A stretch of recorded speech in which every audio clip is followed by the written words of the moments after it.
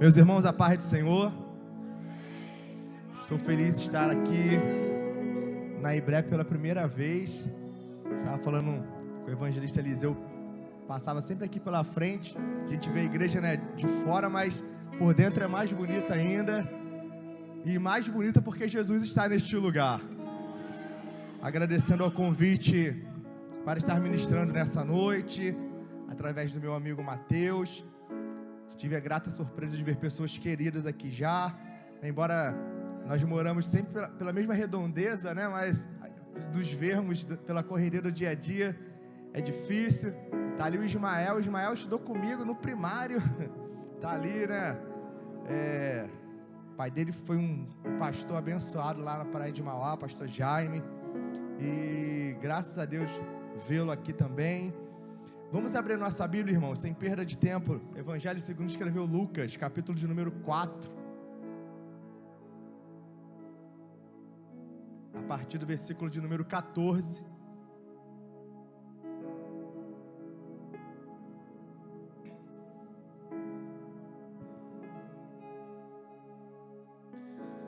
Lucas 4, a partir do 14, nós vamos ler alguns versículos.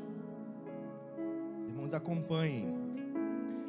Então, pela virtude do Espírito, voltou Jesus para a Galileia, e a sua fama correu por todas as terras em derredor, e ensinava nas suas sinagogas, e por todos era elogiado. E chegando a Nazaré, onde fora criado, entrou num dia de sábado, segundo o seu costume, na sinagoga, e levantou-se para ler. E foi-lhe dado o livro do profeta Isaías.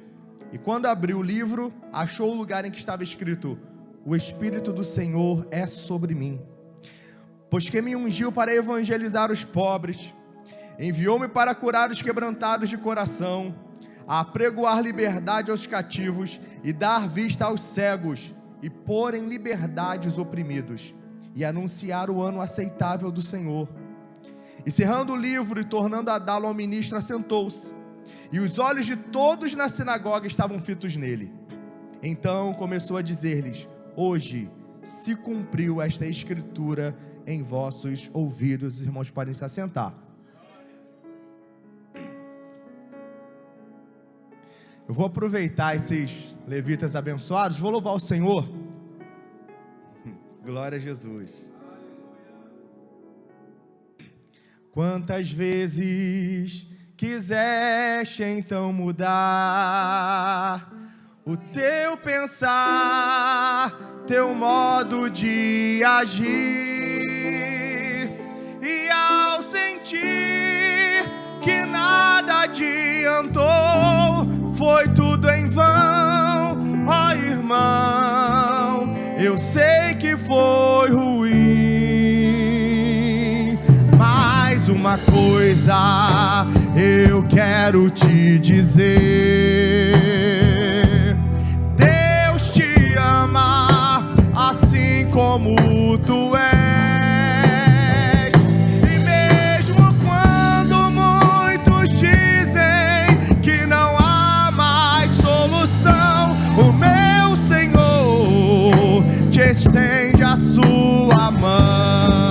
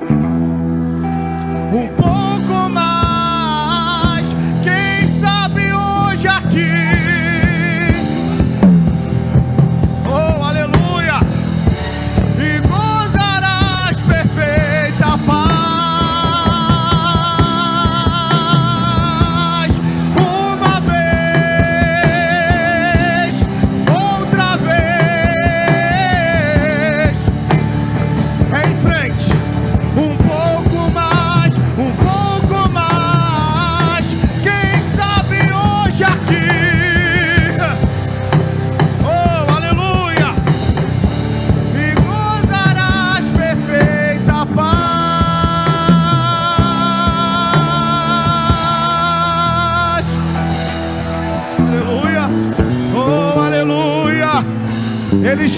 neste lugar. Você não vai voltar.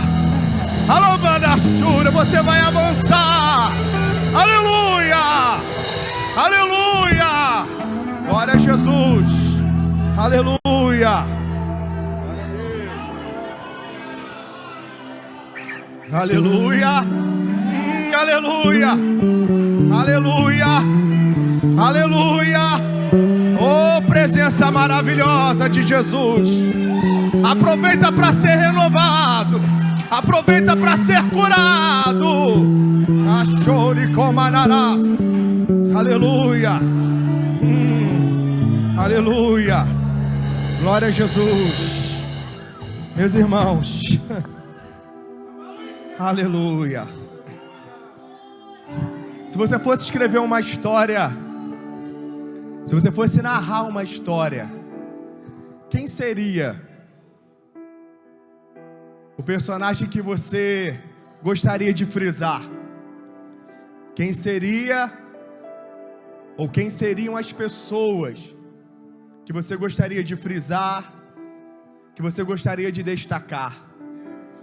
Lucas, ao escrever o seu evangelho, ele, logicamente, ele vem narrando a vida de Jesus.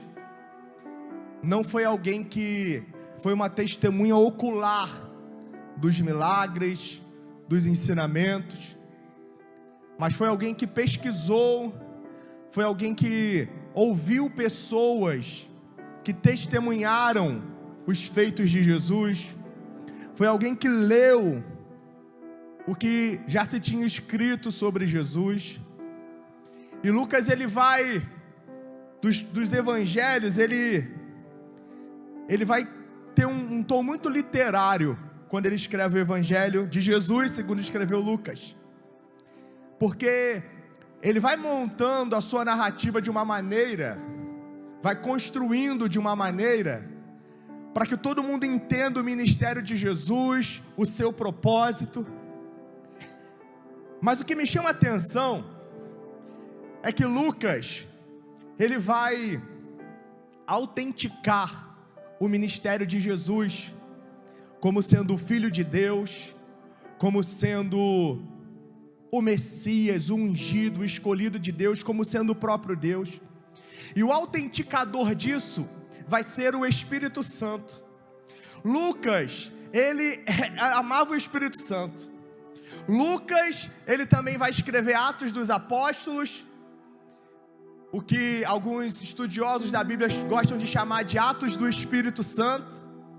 É como se fosse uma continuidade do Evangelho segundo escreveu Lucas. Lá também ele fala muito sobre o Espírito Santo. No capítulo 2 ele fala sobre a descida do Espírito Santo. No capítulo 1 do Evangelho segundo escreveu Lucas, quando ele narra que o anjo Gabriel foi até o templo para falar que Zacarias teria um filho, que Isabel, mesmo avançada em idade e estéril, Deus abriria a madre dela. E quando o anjo fala para ele, ele fala assim: olha, e João, o seu filho, ele vai ser cheio do Espírito Santo. Quando Maria vai ouvir a mensagem do mesmo anjo, dizendo que ela conceberia, e aí ela fica intrigada com aquilo, ela pergunta: como isso vai acontecer se ela era virgem? E aí o anjo fala: descerá sobre ti o Espírito Santo. Quando Maria vai visitar Isabel, porque ela sabe que Isabel estava grávida de 6 meses, e quando ela chega na casa de Isabel, João Batista, com 6 meses no ventre ainda, um fetozinho, sente a presença de Jesus, começa a se mexer, Isabel se alegra, e Lucas vai dizer que Isabel foi cheia do Espírito Santo. Quando João Batista nasce, e Zacarias, depois de ter ficado um período mudo, volta a falar, ele pega aquela criança no colo, ele começa a profetizar, e ele fala: olha, tu menino, você vai ser cheio do Espírito Santo. João Batista, quando estava pregando no deserto, ele diz: eu vos batizo com água, mas vem um após mim, que eu não sou digno nem de tirar a sandália dos pés dele, ele vos batizará com o Espírito Santo e com fogo. Quando Jesus foi batizado nas águas, Lucas vai dizer no capítulo 3 que o Espírito Santo desceu em forma corpórea de uma pomba e repousou sobre Jesus. No capítulo 4, Lucas vai dizer que Jesus, cheio do Espírito Santo, foi conduzido para os grandes palcos da vida? Não. Foi conduzido para os grandes cartazes, para os lugares de destaque da vida? Não. Jesus, eu disse Jesus, cheio do Espírito Santo, foi conduzido para o deserto. E lá ele tinha uma finalidade: para ser testado pelo diabo.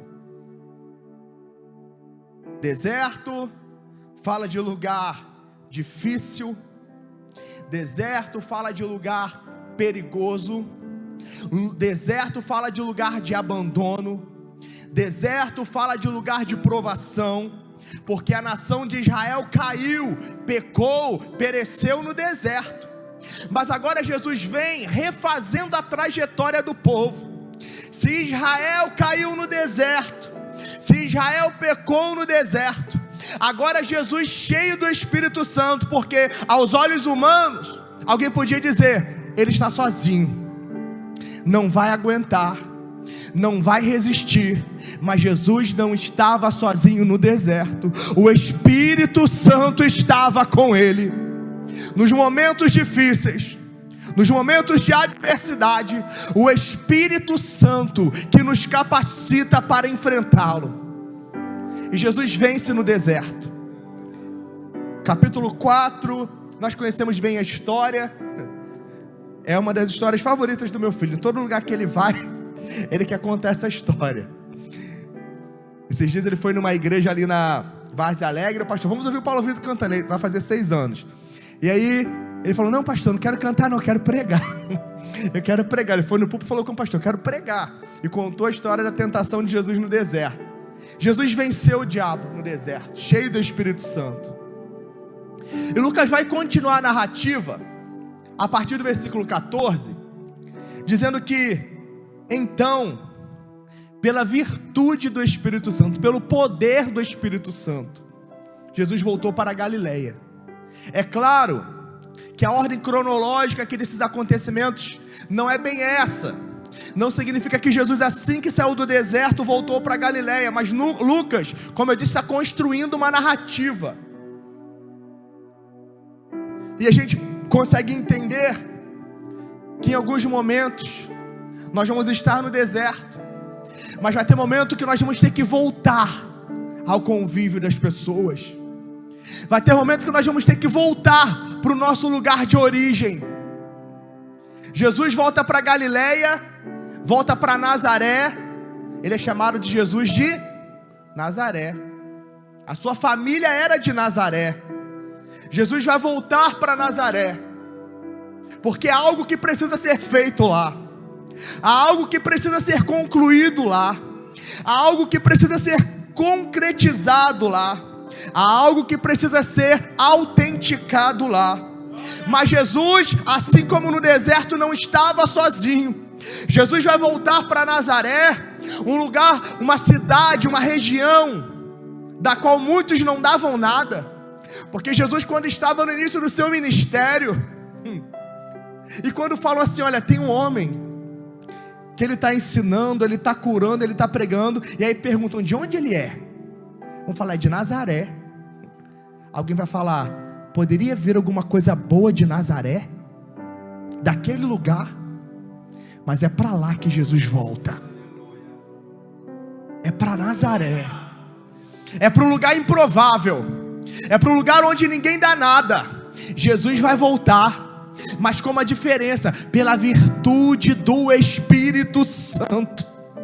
E como ele ensinava nas sinagogas, o lugar onde os judeus se reuniam para estudar a palavra, para ter os seus momentos de culto coletivo.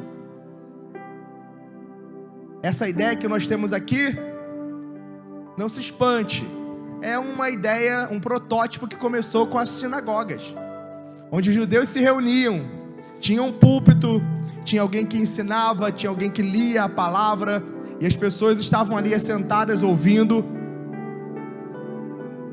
Se puder diminuir um pouquinho o teclado, eu agradeço, meu irmão. Eu sou aqueles pregadores da antiga, sabe? Eu consigo me distrair com a música. Obrigado.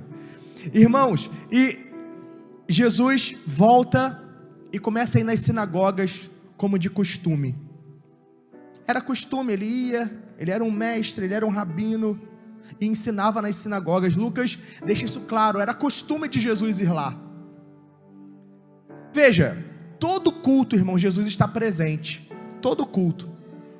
Nós às vezes temos uma mania de achar que para autenticar a presença de Jesus precisa ter alguma coisa muito extraordinária para falar, Jesus está no culto. O pastor Evandirley, meu pastor, ele sempre está nos ensinando, não é o que você sente, é o que você sabe. Você sabe que Jesus está aqui no culto. Você sabe, mas não senti nenhum arrepio. Não, mas não é o que você sente, é a certeza que você tem no seu coração, que Jesus está aqui. E todo culto Jesus fala, todo culto Jesus trabalha, todo culto Jesus liberta alguém, todo culto tem um laço de morte sendo cortado, todo culto tem uma obra de macumbaria e feitiçaria sendo desfeita, todo culto, mas há aqueles cultos que Jesus fala de uma maneira diferente, não é verdade? Há aquele culto que marca, você fala, não, esse culto aqui foi um oculto. E você imagina um culto desses, onde Jesus resolve falar de maneira diferente. Ele entra como de costume na sinagoga, mas agora ele vai fazer algo diferente. Fazia parte da liturgia do culto, alguém lê a exposição da lei de Moisés, os 5 primeiros livros da Bíblia, faziam exposição, eles liam, claro que não tinham uma Bíblia compacta, né? Eram rolos de pergaminhos, e todo mundo ficava em pé. Já notou a semelhança? Vamos ler a leitura introdutória, todo mundo fica em pé, né? Alguém lê, depois nos assentamos. Isso começou nas sinagogas, todo mundo ficava em pé, não podiam apoiar em nada.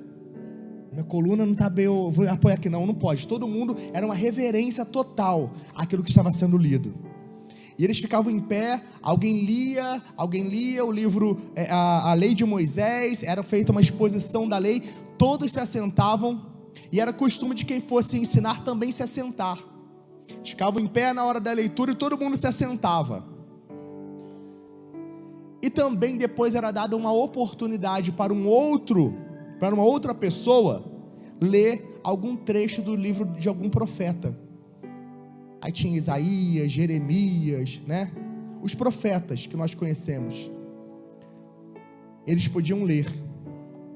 Aí foi dada a oportunidade para Jesus. Sabe aquele culto que Jesus resolve falar de maneira diferente? Deram espaço para Jesus falar. É só dar espaço para Ele falar. É só abrir a porta do coração para Ele falar. E deram oportunidade para Jesus falar. Que coisa boa, que quando eu entrei aqui eu já sabia, Jesus tem oportunidade de falar aqui neste lugar. Aleluia. Jesus tem oportunidade de falar aqui neste lugar. Aleluia. E Jesus começa a falar. Foi dado para ele, irmãos, o rolo do profeta Isaías, o livro do profeta Isaías. E ele começa a ler. O que ele leu hoje, nós encontramos para a nossa localização, em Isaías capítulo 61. E naquela época não tinha essa divisão que nós temos hoje, organizada. Aí Jesus vai abrir, e ele vai ler justamente o que está escrito em Isaías 61.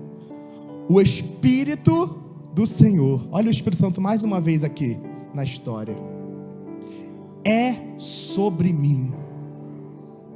Em algumas versões vai dizer, está sobre mim.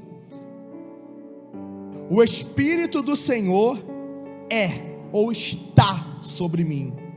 Jesus não está falando, o Espírito do Senhor esteve sobre mim. O Espírito do Senhor já foi sobre mim. O Espírito do Senhor será ainda sobre mim. Jesus está dizendo, agora o Espírito do Senhor é sobre mim. E se é sobre, o comando é do Espírito Santo. E se é sobre, a direção é do Espírito Santo. E Jesus sabia disso. Quem o conduziu para o deserto? O Espírito. Quem estava comandando ele pela virtude do Espírito Santo em Nazaré? O Espírito. E quem foi que fez com que Jesus lesse justamente nesse texto? Que é um texto importante, era um texto importantíssimo para os judeus. Isaías 61. O próprio Espírito Santo. Por quê? O Espírito do Senhor está sobre mim. É uma afirmação positiva, consciente e convicta da ação do Espírito Santo sobre a sua vida. E qual é o resultado desta ação? Só para dizer, eu sou cheio do Espírito? Não.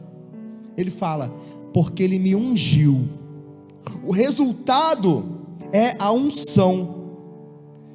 No livro do Êxodo, capítulo 30, versículos 21 e 22, ou 22 e 23, Deus vai dar a Moisés uma instrução para preparar o óleo santo da unção. E ele fala lá para colocar algumas ervas aromáticas,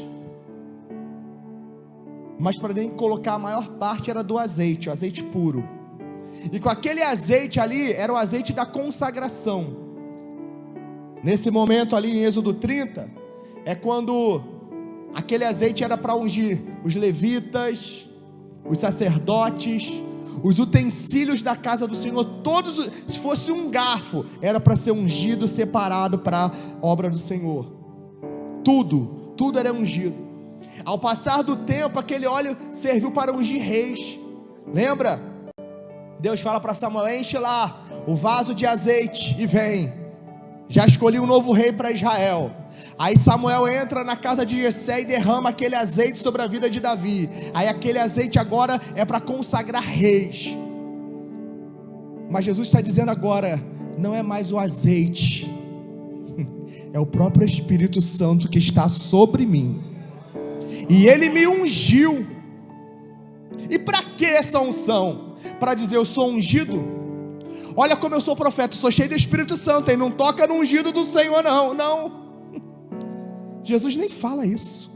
Jesus fala, porque Ele me ungiu para evangelizar os pobres, para curar os quebrantados de coração, para apregoar liberdade aos cativos, dar vista aos cegos, pôr em liberdade os oprimidos, e anunciar o ano aceitável do Senhor. É a unção que habilita Jesus para isso. É o Espírito Santo que também habilita a igreja para pregar o Evangelho. Aleluia! Unção. Davi tinha unção, porque com certeza na corte de Saul tinham muitos músicos que tocavam bem, cantores que cantavam bem, mas quando o espírito maligno oprimia a vida de Saul, quem é que ia lá tocar? Era alguém cheio do Espírito Santo, que quando tocava o seu louvor, quem sabe, o Senhor é o meu pastor e nada me faltará. Aquele espírito maligno não aguentava e falava, eu tenho que sair daqui. Chegou alguém com unção. Aleluia. Jesus leu esse texto, fechou o livro, se assentou, porque eles faziam isso, liam, se assentava para ensinar. E qual é a lição de Jesus? Hoje, está vendo isso que nós lemos?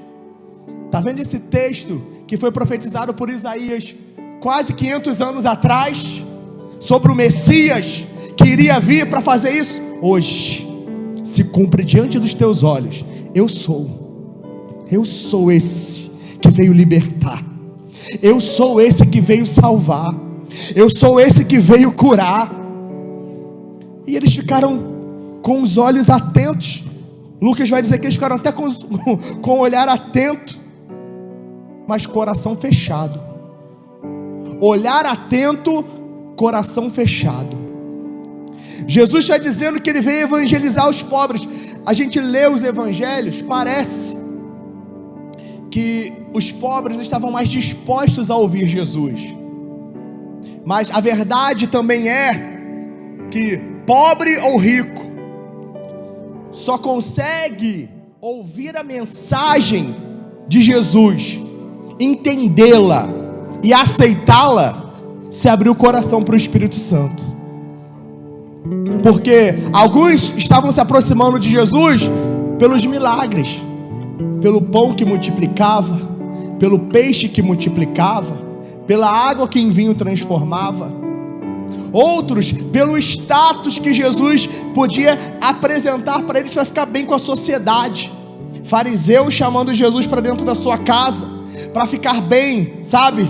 Olha lá, Jesus, né, tá tendo uma boa fama, vem cá, vem na minha casa. Mas aí Jesus não deixa nada oculto, expõe o que está no coração daqueles que se aproximam dele, ele conhece. Aí vem uma mulher humilde, pecadora, chamada de pecadora, vem aos pés de Jesus, começa a derramar ali um unguento precioso, e aquele homem só pensa: se esse aí soube, se esse fosse profeta mesmo, ele ia saber quem é que está tocando nele, é uma pecadora. Aí Jesus só ouviu o pensamento dele, ele falou assim: Simão, um homem devia 50 reais, trazendo para os nossos dias, e o outro devia 500 para uma pessoa. Esse homem perdoou os dois. Quem deveria receber os 500 de um e 50 de outro, perdoou os dois. Qual dos dois que foi perdoado vai ter mais gratidão? O que teve 50 reais perdoado, ou o que teve 500 reais perdoados? Logicamente, né, quem deve mais e foi perdoado deve ter um coração mais grato. Aí Jesus disse: os muitos pecados dessa mulher estão perdoados. Sabe por quê? O Espírito do Senhor me enviou para curar os quebrantados de coração. Isaías 57, versículo 15. Deus vai falar assim: olha só, eu sou alto e sublime. João diz que a voz de Jesus, a voz de Deus, é voz de trovão, voz de muitas águas. Imagine essa voz falando isso: eu sou alto e sublime, eu habito na eternidade, o meu nome é santo, em um alto e santo lugar eu habito. Parece que é um Deus muito distante de nós, né? É um Deus santo, é um Deus grande, é um Deus que habita na eternidade. Quem somos nós? Mas aí Jesus vai falar assim, mas Deus já fala assim também: mas eu sou grande, sou santo, sou alto, sou sublime, sou eterno, mas eu também habito com contrito de coração. Eu também habito, eu também me aproximo daquele que tem o seu coração quebrantado. E para que eu faço isso? Para vivificar. Vivificar é dar vida novamente para um espírito quebrantado, para um espírito abatido, e para vivificar o coração contrito. Jesus veio para curar os quebrantados de coração. Circunstâncias desesperadoras ou pecados causam tristeza de coração, e quando nós nos aproximamos de Jesus, nós encontramos cura, liberdade aos cativos, cativos do pecado, cativos de Satanás, dar vista aos cegos. Nós vemos no ministério de Jesus curando cegos fisicamente, mas também abrindo a visão. Zaqueu não era cego fisicamente, mas era cego espiritualmente, e quando ele se encontra com Jesus, ele vê a luz que Jesus é, ele fala: vem na minha casa. Aleluia, aleluia. Pôr em liberdade os oprimidos, em nome de Jesus. As cadeias estão sendo quebradas nessa noite. Em nome de Jesus, há uma unção do Espírito Santo neste lugar, sobre a tua casa, sobre a tua família. As portas que estão trancadas vão se abrir na autoridade do nome de Jesus. Aleluia. E Jesus vai continuar o texto e anunciar o ano aceitável do Senhor. Ano aceitável do Senhor. Era Jesus dizendo: olha, a porta da graça, do favor imerecido, eu acabei de abrir. É só entrar. É o ano, é o tempo, é a era da graça. estava sendo pregada com o ministério de Jesus. É tempo de se voltar em verdadeira rendição a Deus. Esse texto de Isaías 61 não termina assim. Não termina apenas com "e o ano aceitável do Senhor". Jesus parou aí, só leu até aí, se assentou. E quando Jesus diz para eles, que olharam para ele atônitos, os olhos estavam fixos, mas o coração de muitos estava incrédulo, porque quando Jesus disse: "Hoje se cumpriu o que vocês esperavam", o Messias que vocês esperavam, o Messias que Isaías profetizou aqui nesse texto quase 500 anos atrás, está acontecendo agora. Os judeus sabiam desse texto, eles sabiam que era uma profecia messiânica, mas o coração incrédulo começou a perguntar: esse aí não é o filho de José? Esse aí não é o carpinteiro? Alguns até se admiravam pelas palavras de autoridade que saíam da boca dele. Mas o escritor aos Hebreus, capítulo 3, versos 7 e 8, ele vai dizer: se hoje você ouvir a voz do Espírito Santo, não endureça o seu coração, porque alguém ali estava até atento, alguém ali estava até ouvindo, mas o coração estava endurecido.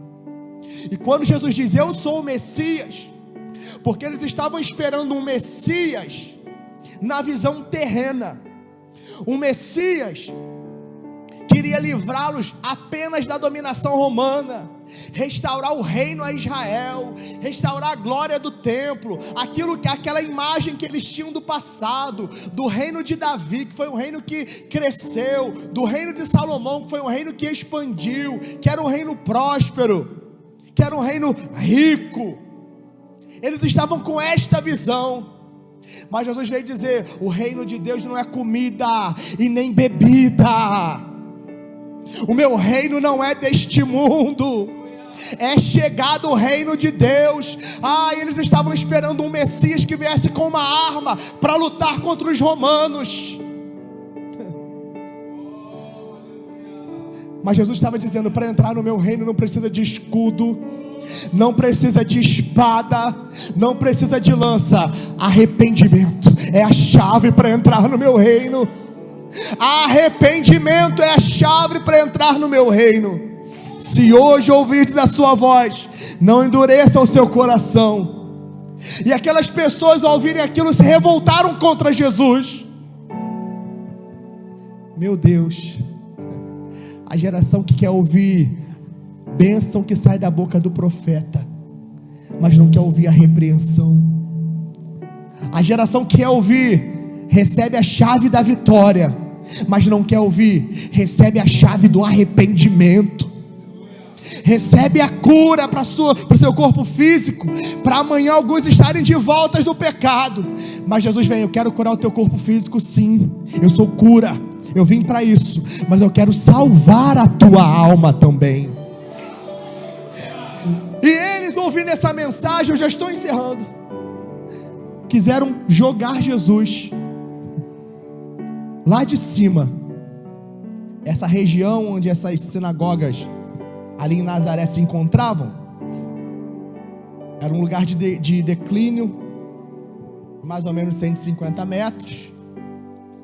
E essa parte, provavelmente onde Jesus estava ali, tinha um paredão de pedra de 12 a 15 metros de altura. Machuca até mata, né? No mínimo machuca bastante uma pessoa que for jogada de uma altura como essa, de 12 a 15 metros. Um paredão de pedras. Queriam jogar Jesus dali. Mas é interessante que Lucas vai dizer que Jesus passando no meio deles, foi embora. Eu fiquei imaginando: Senhor, a gente lendo isso aqui, parece algo simples.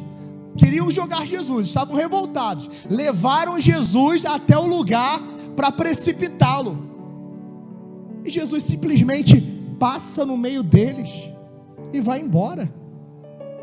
Alguns estudiosos dizem que Jesus aqui não fez um grande milagre se transportando de um lugar para o outro. Ele poderia. Alguns dizem que não. Eu também acho que não. O que o Espírito traz ao meu coração é que aquelas pessoas até queriam segurá-lo ali, matá-lo ali, e por alguma ação sobrenatural tentavam, mas não conseguiam. Eu quero pará-lo, mas eu não consigo. Eu quero matá-lo, mas eu não consigo. Eu quero impedi-lo de cumprir o seu propósito, mas eu não consigo. E queriam, Jesus foi passando no meio dele, no meio do impedimento, Jesus passando. Querem me parar, mas não vão conseguir. Querem me matar, mas não é esse o momento, não é agora. Querem impedir do evangelho ser pregado, mas não vai ser aqui, não vai ser agora e não vai ser nunca. Tentaram parar, mas não conseguiram. Eu sei que para você chegar aqui nessa noite, nesse culto de ceia, tentaram te parar, tentaram te impedir. Você mesmo achou que não ia conseguir chegar na sexta santa ceia do ano de 2022. Mas olha você aqui adorando a Jesus. Olha você aqui glorificando. Ninguém impede o propósito de Deus na tua vida. Ninguém impede aquilo que Deus tem para você. Porque Jesus estava cheio do Espírito Santo, e esse mesmo Espírito que estava sobre Jesus está sendo derramado sobre a IBREP nessa noite. Capacitação para pregar o Evangelho, capacitação para expulsar os espíritos malignos, capacitação para pregar liberdade aos cativos, capacitação sobrenatural. Fique de pé nessa noite em nome de Jesus. Aleluia, aleluia. Você pode fechar os teus olhos só por um momento. Fale com o Espírito Santo. Ele está aqui neste lugar. Ele quer te encher. Você que não é batizado com o Espírito Santo, ao participar da mesa do Senhor, Jesus pode te batizar com o Espírito Santo. Aleluia, aleluia. Você vai prosseguir. Jesus prosseguiu apesar da oposição. Você vai avançar. Jesus avançou apesar da oposição, porque ele tinha um propósito, porque ele estava cheio do Espírito Santo, e porque ele estava convicto disso.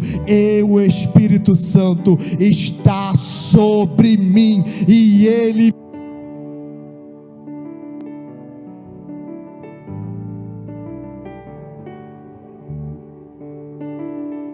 glória a Jesus. Nessa noite, o Espírito Santo está nos revestindo de poder e autoridade para nós avançarmos um pouco mais na palavra, na oração e nos milagres que só Ele tem para a nossa vida. Quantos recebem esta palavra e podem glorificar o Senhor, podem aplaudir o nome de Jesus? Você pode misturar essa palma com glória a Deus, com aleluia, com obrigado Jesus por esta palavra, aleluia. Agradeço a oportunidade, a confiança dos líderes desta casa. Que Deus possa continuar abençoando a cada um em nome de Jesus. Aleluia, que palavra abençoada, irmãos. Vamos receber o